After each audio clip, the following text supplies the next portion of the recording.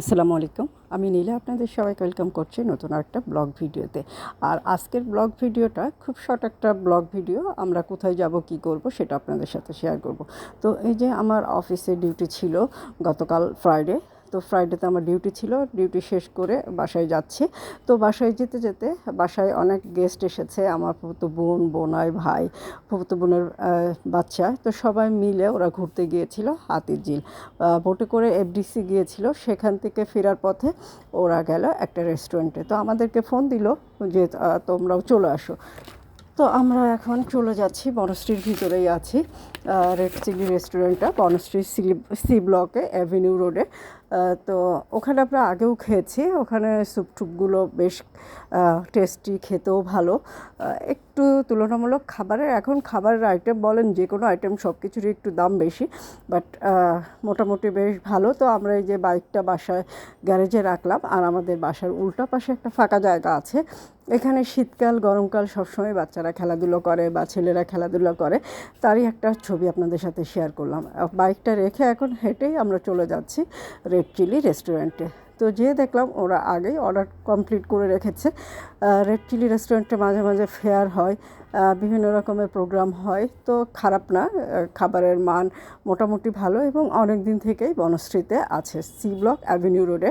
আপনারাও সময় সুযোগ পেলে চলে যেতে পারেন রেড চিলি রেস্টুরেন্টে, বাচ্চাদের নিয়ে বা ফ্যামিলির যে কোনো প্রোগ্রামে আপনারা এখানে প্রোগ্রাম সেট করতে পারেন।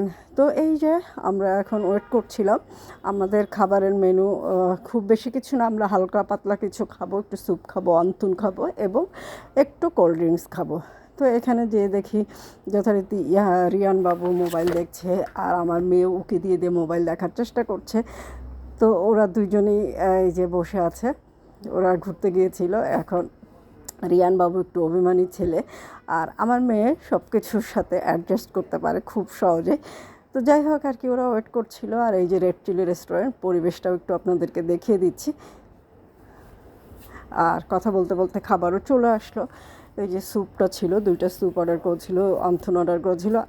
আর অন্থনের মতোই আর একটা নতুন ওই আইটেমটা আমি আগে খাইনি, বেশ টেস্টি ছিল খেতে।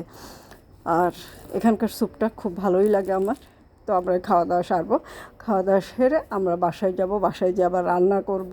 রান্না করে রাতের খাবার সবাই মিলে একসাথে বসে খাবো, ঘুমাতে ঘুমাতে হয়তো 1টা 2টা বাজবে। তো এটাই ছিল আজকে একটা শর্ট ব্লগ। আমরা খুব এনজয় মুডে আছি। যখন বাসায় কোনো গেস্ট আসে আমরা মোটামুটি খুব রিল্যাক্স থাকার চেষ্টা করি।